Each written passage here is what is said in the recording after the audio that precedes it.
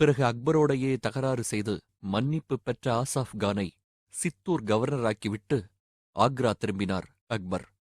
வந்த கையோடு தான் மேற்கொண்ட ஒரு பிரார்த்தனையை நிறைவேற்ற ஆஜ்மீர் பயணித்து அங்குள்ள க்வாஜா மொய்னுதீன் சிஷ்டி என்னும் மகானின் கல்லறைக்குச் சென்று வணங்கினார் மன்னர்.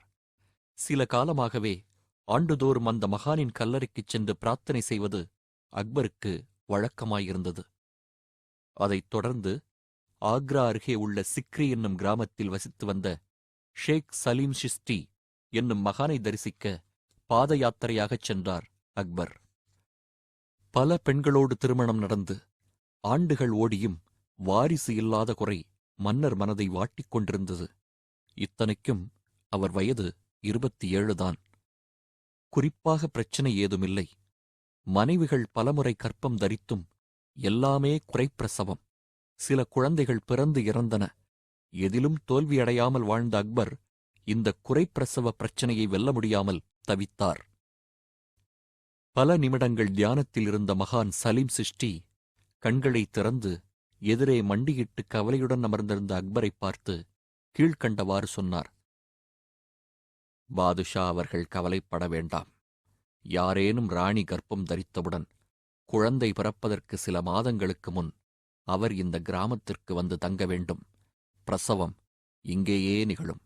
மன்னருக்கு பெருமை சேர்க்கும் வகையில் நீண்ட ஆயுளுடன் கூடிய வாரிசு பிறக்கும். அதேபோல் ஆகஸ்ட் 30, 1569 அக்பரின் ஒரு மனைவிக்கு ஓர் அழகான குழந்தை சிக்ரி கிராமத்தில் பிறந்தது. இந்த மனைவி ஜெய்ப்பூர் மன்னரின் மகள். மகானின் நினைவாக சலீம் என்று பெயரிடப்பட்ட இந்த மகன்தான் பிற்பாடு ஜஹாங்கீர் என்ற பெயரோடு அக்பருக்குப் பிறகு மகுடம் சூட்டிக் கொண்டவர். அதேபோல சிக்ரி கிராமத்துக்கு 1570 ஆண்டு இன்னொரு ராணி வந்து தங்கி அக்பரின் 2வது மகனைப் பெற்றெடுத்தார். இவர் பெயர் முராத். மறுபடியும் அதே கிராமத்தில் 1572 3வது மகன் தானியேல் பிறந்தார். முதல் மகன் சலீம் பிறந்தவுடனேயே மகிழ்ச்சியில் பூரித்துப் போன அக்பர் 1569 ஆக்ரா அருகே சிக்ரி கிராமத்தில் ஒரு புதிய அற்புதமான நகரை உருவாக்கினார். ஃபதேபூர், அதாவது வெற்றி நகரம் என்று அழைக்கப்பட்ட இது அக்பரின் முகலாய சாம்ராஜ்யத்தின் தலைநகராக ஆனது. முன்பே 1563 ஆண்டில் மதுரா நகருக்கு ஒருமுறை அக்பர் வருகை தந்தபோது அங்கே கிருஷ்ணர் கோயிலுக்கு வெளியூர்களிலிருந்து வரும் பக்தர்களுக்கு குறிப்பிட்ட தொகை வரியாக விதிக்கப்படுகிறது என்று கேள்விப்பட்டு திகைத்து உடனே அந்த வரி விதிப்பை நீக்கினார் அக்பர். நாட்டில் முஸ்லிம்கள் அல்லாதவர்களுக்கு விதிக்கப்பட்டு வந்த ஜிசியா என்னும் வரியையும் ரத்து செய்ய ஆணை பிறப்பித்தார் அக்பர். நான் எல்லோருக்கும் பொது, இந்து முஸ்லிம் யாவரும் என் குடிமக்களே என்று அறிக்கையும் விட்டார் மன்னர். அதோடு நாட்டில் மற்ற மதங்கள் சம்பந்தமான பண்டிகைகள் கோலாகலமாக கொண்டாடவும் அனுமதி வழங்கப்பட்டது.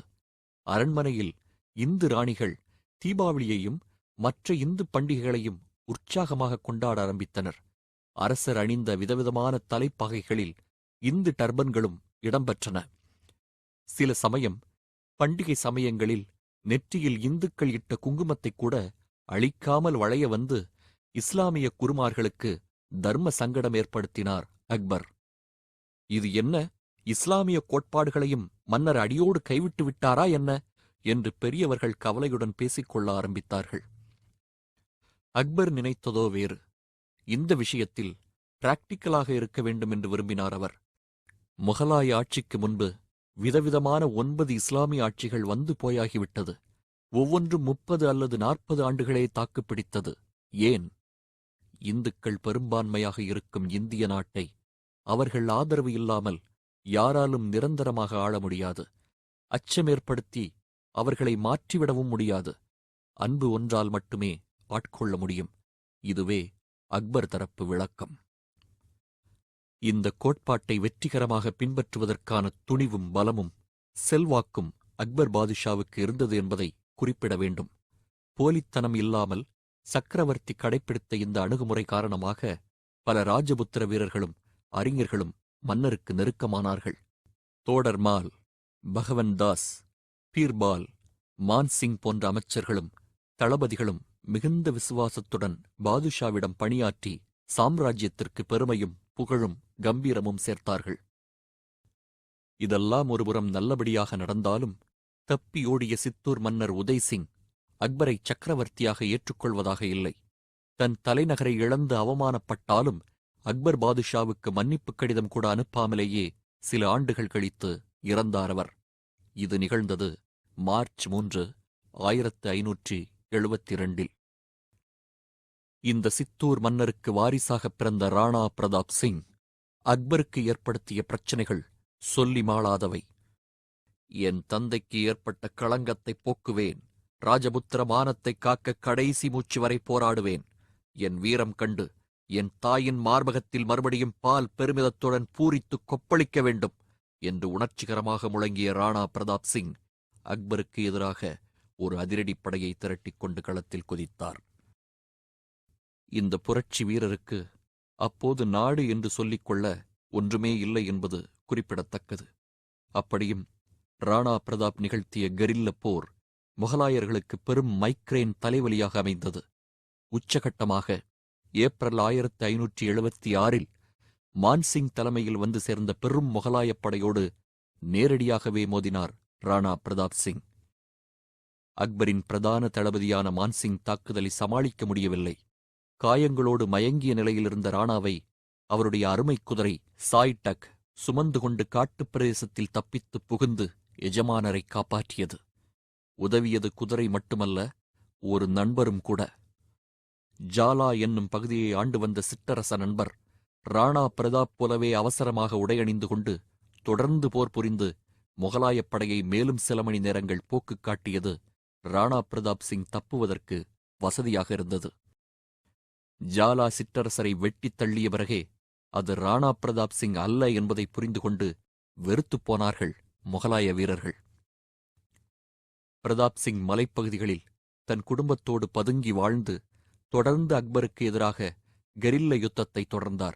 உண்ண உணவு கிடைக்காமல் காட்டுப் பழங்களை சாப்பிட்டே ராணாவும் அவரது வீரர்களும் சமாளித்தது வியப்புக்குரியது.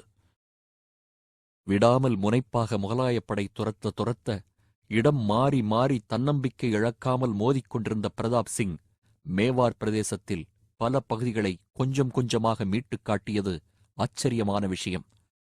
பிரச்சனை பாதாளத்தில் வீழ்ந்தவர்களுக்கு நம்பிக்கை தரும் பாடம். கடைசி மூச்சு வரை தன் போராட்டத்தை கைவிடாத ராணா பிரதாப் சிங் ஜனவரி 19, 1597 தன் 57வது வயதில் காலமானார். இறக்கும் தருவாயிலும் தன் சகாக்களிடம் முகலாயர்கள் முன் மண்டியிடக்கூடாது என்று சத்தியம் வாங்கிக் கொண்ட பிறகே அவர் தலை தொங்கியது. ராஜபுத்திர மாவீரர்கள் எத்தனையோ பேர் பிறந்து அந்த மண்ணுக்கு பெருமை தேடித் தந்ததுண்டு. ஆனால் அந்த இனத்தின் வரலாற்றில் இன்றளவும் ராணா பிரதாப் சிங்குக்கு தனி இடம் ஒதுக்கப்படுகிறது. அவரது வீரம் பற்றிய பாடல்களை இப்போதும் ராஜஸ்தான் பகுதிகளில் பெருமையுடன் பாடுகிறார்கள். அந்த வீரரின் நினைவாக பிரதாப் என்று குழந்தைகளுக்கு பெயர் வைக்கும் வழக்கம் இன்றும் அங்கு தொடர்கிறது. ராணா பிரதாப் சிங்குக்குப் பிறகும் அவர் மகன் அமர் சிங்கும் தந்தையின் ஆணையை மேற்கொண்டு அக்பருக்கு எதிராக போரைத் தொடர்ந்தார். திறமை மிகுந்த மான்சிங் படையோடு 1599 மோதியபோது நடந்த கடும் போரில் வீரமரணமடைந்தார் அமர் சிங். பிற்பாடு அக்பரே இந்த வீரர்கள் பற்றியெல்லாம் வியப்போடும் மரியாதையோடும் குறிப்பிட்டு பேசுவதுண்டு.